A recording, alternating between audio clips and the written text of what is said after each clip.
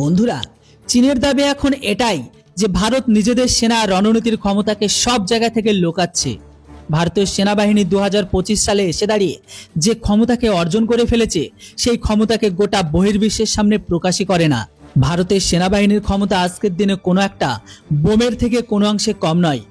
ভারত সঠিক টাইমে সঠিক জায়গায় এই বোমকে ফাটিয়ে দেবে। ভারত গোটা বিশ্বকে যেভাবে নিজেদের সেনাবাহিনীর ক্ষমতাকে শো আপ করে, সেটা জাস্ট দেখানো। কিন্তু আজকের দিনে বা এই মুহূর্তে ভারতের সেনাবাহিনীর ক্ষমতার ওপর পশ্চিমী দেশ বা আমেরিকার বিন্দুমাত্র লক্ষ্য নেই। এই মুহূর্তে আমেরিকা শুধুমাত্র চীনের অস্ত্র, চীনের হাতিয়ারের উপর গোটা বিশ্বে একটি নেগেটিভ ভাবনা চিন্তাকে ছড়িয়ে দেয় বা তৈরি করে।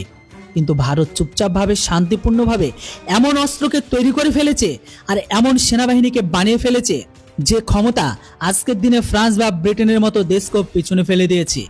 তো বন্ধুরা, চলুন জেনে নিই ভারত আসলে কোন ক্ষমতাকে অর্জন করলো আর চীন কেনই বা এত ভয় পাচ্ছে।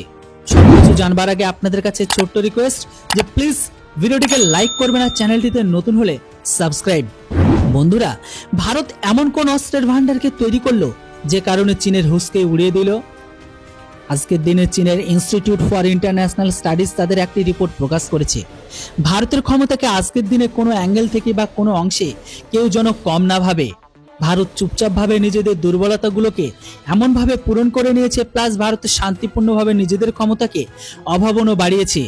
চীনি থিঙ্ক ট্যাঙ্কের কথা অনুসারে ভারত সঠিক নিশানা লাগানোর অস্ত্রের ক্ষেত্রে মাত্র 5 বছরে বড় অ্যাচিভমেন্টকে করে নিয়েছে।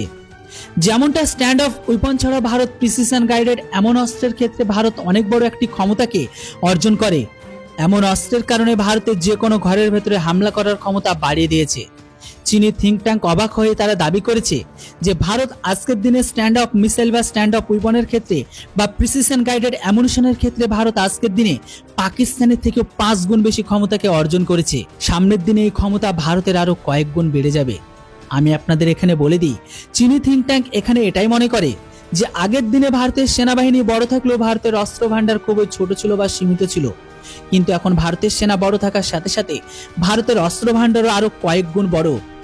প্রথমের দিকে ভারতের অস্ত্র ভান্ডার সম্পূর্ণ ডিপেন্ডেন্ট ছিল বাইরে থেকে আসা অস্ত্রের উপর, কিন্তু এখন ভারত যেদিন থেকে স্বদেশী অস্ত্রের ক্ষমতাকে বাড়িয়ে দিয়েছে, তারপর থেকে আর ভারত বাইরের উপর নির্ভরশীলতা নয় বা ধীরে ধীরে কমিয়ে দিয়েছে। আর ঠিক এই কারণে ভারত আজকের দিনে হাই এক্সক্লুসিভ সিভেক্স 2 এর মতো ডেডলি উইপনকে বানিয়ে ফেলেছে। আর ঠিক এমন টাইপের বিস্ফোরক ভারত নিজেদের গাইডেড বোম, গাইডেড মিসাইল, এটা ছাড়াও স্মার্ট অ্যান্টি এয়ারফিল্ড উইপনে ব্যবহার করে, প্লাস ভারতের ক্রুজ মিসাইলও ব্যবহার করছে। চীন এখন এটাই মনে করে ভারত এমন ক্ষমতাকে বাড়ানোর জন্য ফ্রান্স আর ইসরায়েলের সব থেকে বড় বা গুরুত্বপূর্ণ ভূমিকা বা হাত রয়েছে, কেননা ভারত সর্বদাই এই সমস্ত দেশগুলোর সাথে মিলে কাজ করছে। আর এখন ইসরায়েল তো ভারতকে নিজেদের সব থেকে ক্লোজ অ্যালাই ভাবে, আর সেসব অস্ত্রের ক্ষমতার দমে ভারত তাদের সমতুল্য অস্ত্রকে বানিয়ে ফেলেছে। আর এই কারণে আজকের দিনে ভারত একটি ক্ষমতাশালী অস্ত্র ভান্ডারের সাথে যুক্ত একটি দেশ।